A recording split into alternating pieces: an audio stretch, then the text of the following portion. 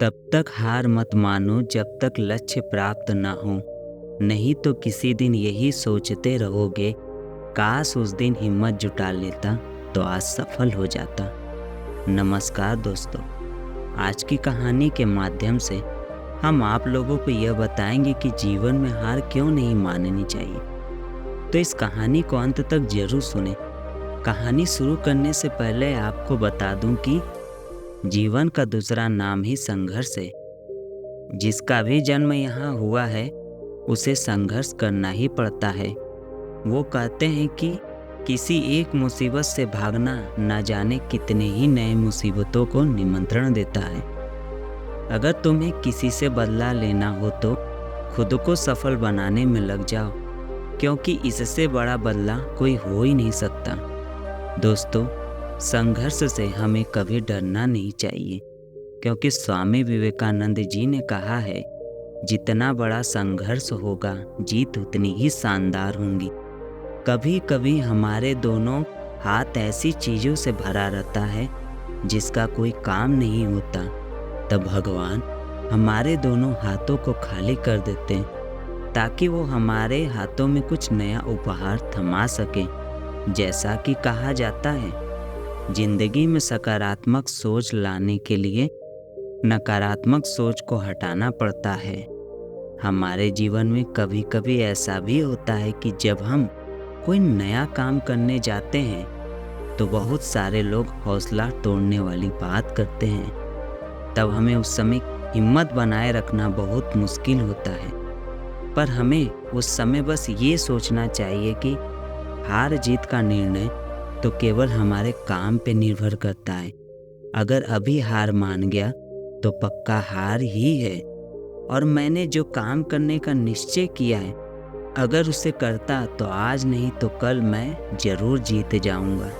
दोस्तों, अब कहानी सुनाता हूँ कि जीवन में हार क्यों नहीं माननी चाहिए। एक लड़का अपनी जिंदगी से परेशान हो गया था। इसी परेशानी के कारण वो अपने घर वालों से दूर जाने का फैसला किया और अपने घर से निकल गया। रास्ते में उसे जंगल मिला। वो वहाँ काफ़ी देर तक अकेले बैठा रहा, बहुत कुछ सोचता रहा। परेशान मन लेके वो वहाँ उदास बैठा रहा और भगवान से बात करने लगा, हे भगवान, मैं हार चुका हूँ अपनी इस ज़िंदगी से। या तो मुझे अपने पास बुला लो या फिर मुझे कोई रास्ता दिखाओ। तब भगवान ने कहा, बेटा, छोटी छोटी चीज़ों से परेशान क्यों होते हो? तुम इस जंगल में अकेले बैठे हो। एक काम करो, अपने आसपास के घास और बांस के पेड़ों को देखो। जब मैंने घास और बांस के बीज को लगाया था तब मैंने दोनों की बहुत अच्छे से देखभाल की और दोनों को ही बराबर पानी और प्रकाश दिया। देखते ही देखते घास बहुत जल्दी बड़ी होने लगी और इसने पूरी धरती को ही हरा भरा कर दिया। लेकिन बांस का बीज थोड़ा भी बड़ा नहीं हुआ, लेकिन मैंने बांस के लिए अपनी हिम्मत नहीं हारी। दूसरे साल घास और घनी हो गई, उस पर झाड़ियाँ आने लगी, लेकिन फिर भी बांस के बीज में कुछ भी विकास नहीं हुआ। ऐसा करते करते 4 साल बीत गए, मैंने फिर भी हिम्मत नहीं हारी और मैं लगा रहा।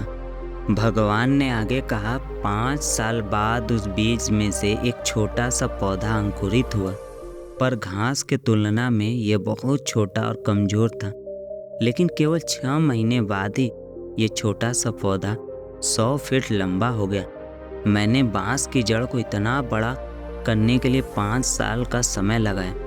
इन 5 सालों में इसकी जड़ इतनी मजबूत हो गई कि 100 फीट भी ऊंचे बांस को संभाल सके।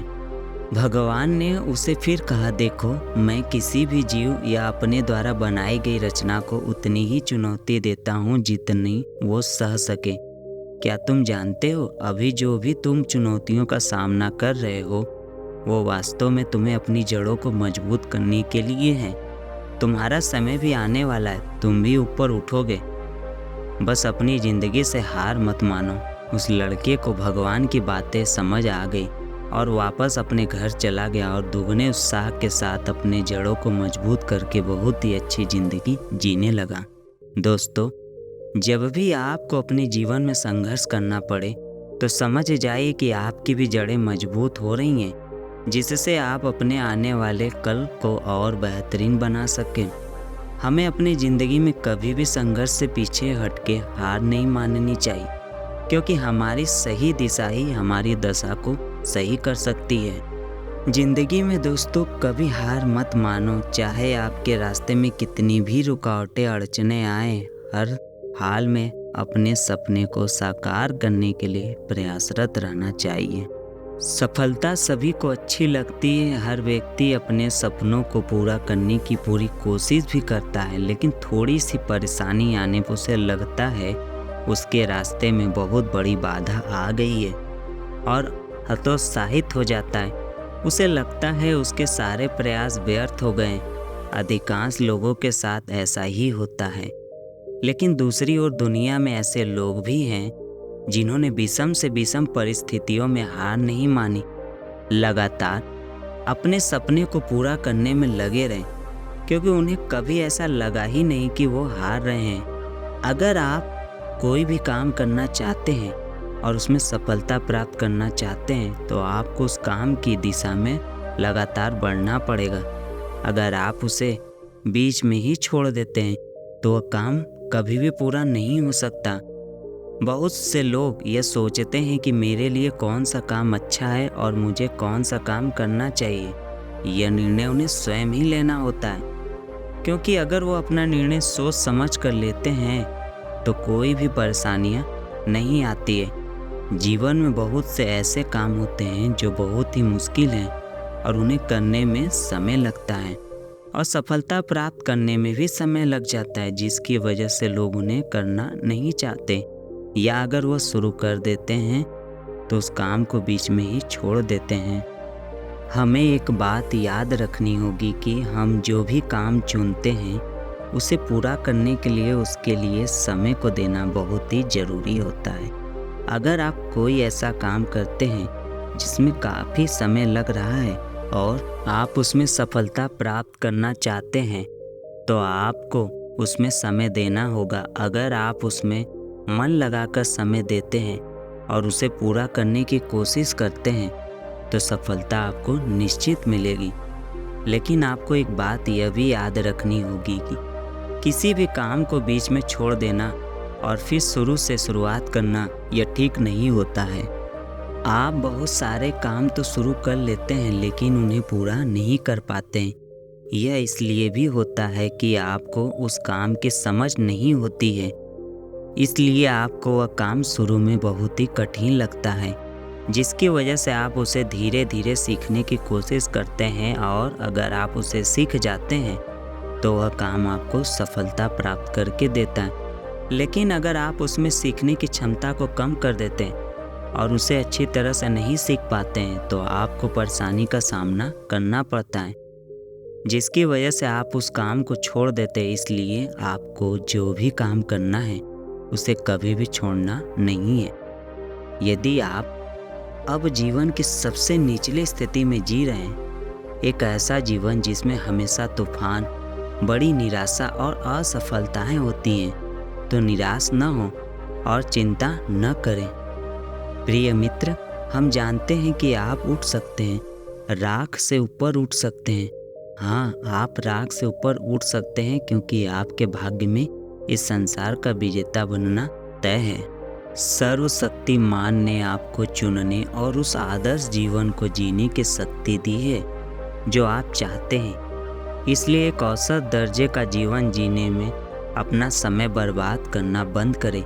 एक बार फिर से खड़े होना सीखें।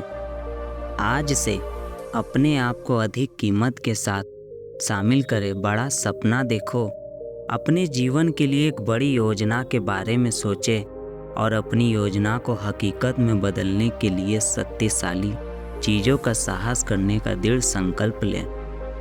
हमेशा अपने मन को विश्वास रखने और खुद पर विश्वास करने के लिए प्रेरित करें। याद रखें, आपका विश्वास जितना बड़ा होगा आपका डर उतना ही कम होगा। आपका विश्वास जितना अधिक होगा आपके संदेह उतने ही कम होंगे। आपका विश्वास जितना मजबूत होगा आपकी चिंताएं उतनी ही कमज़ोर होंगी। इसलिए अपना विश्वास बनाए रखें और खुद पर विश्वास करें, क्योंकि यह आपका मार्गदर्शन करेगा, मदद करेगा और आपको सफलता के द्वार तक ले जाएगा। समय आता है और चिंगारी आपको हार मानने और औसत दर्जे के जीवन में वापस जाने के लिए लुभाती है। तो इन शब्दों के साथ खुद को याद दिलाएं, मेरे प्यारे भगवान, मुझे खुश रखने के लिए पर्याप्त आशीर्वाद देकर, मुझे बनाए रखने के लिए पर्याप्त असफलताएं देकर मेरे जीवन को संतुलित करते हैं। जीवन की चुनौतियों में मुझे मजबूत बनाए रखने के लिए विनम्र और पर्याप्त परीक्षण। इसलिए मैं जीवन की इन परीक्षाओं का खुले दिमाग, उत्साह, दृढ़ता और दृढ़ संकल्प के साथ सामना करूंगा कि एक बार फिर मैं उठ सकता हूँ। राख से ऊपर उठो। अंत में प्रिय मित्र, याद रखें कि भगवान उसी की मदद करता है जो अपनी मदद खुद करता है। दोस्तों, आज की यह कहानी आपको कैसी लगी? कृपया मुझे कमेंट करके ज़रूर बताएं। और अगर आपको यह कहानी पसंद आई है तो अपने दोस्तों को ज़रूर शेयर करें। इसी तरह की मोटिवेशनल कहानियों के लिए हमारे चैनल को ज़रूर सब्सक्राइब कर लें। अपना बहुमूल्य समय देने के लिए धन्यवाद।